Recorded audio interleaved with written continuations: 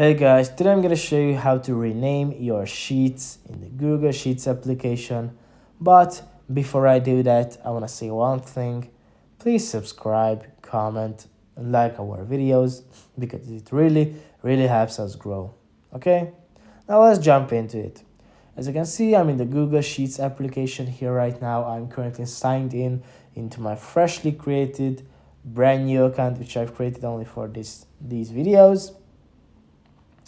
What you're gonna do is you will have to select or choose a sheet of your likings which you want to rename.